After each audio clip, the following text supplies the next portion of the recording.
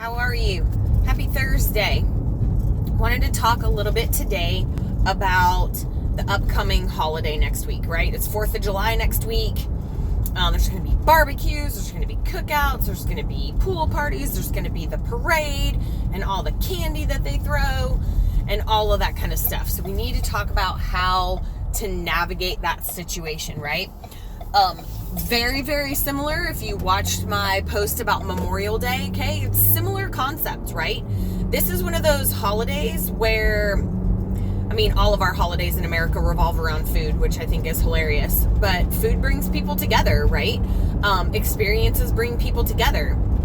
So you want to navigate that in terms of what your goal looks like right now, right?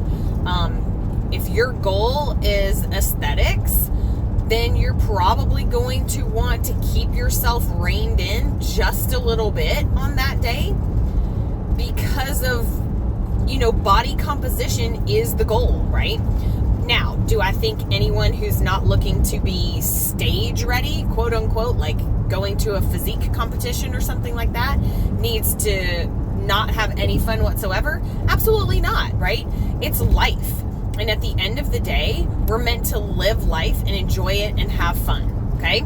So, if you have a goal and you need to stick with your goal, then great, stick with your goal, okay? But don't feel as though you have to be so rigid that it's not fun and then you're not fun to be around, right? Nobody wants to have that person around that's no fun to be around, okay? If your goal is performance, then we're not necessarily so focused on food that going over and having a little bit of extra in your life is going to set you back, right? If we're looking for performance goals, if we're looking to gain strength, then you should be in a calorie surplus anyway. So going a little bit even over that calorie surplus is not going to derail you at all whatsoever. If anything, you could go into the gym the next day and see your workouts be even easier, right? So as always with any holiday, when you're going to be outside your comfort zone, find a way to kind of create a loose framework of a plan that you can work within, okay?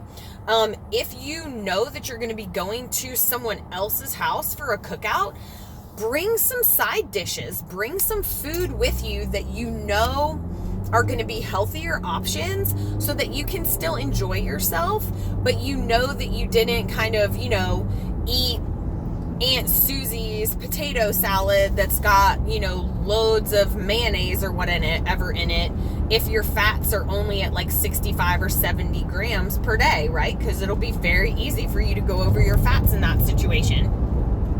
At the same time, keep your alcohol in check too, right? Alcohol is an extremely easy way to get a whole lot of calories and a whole lot of fat all in one.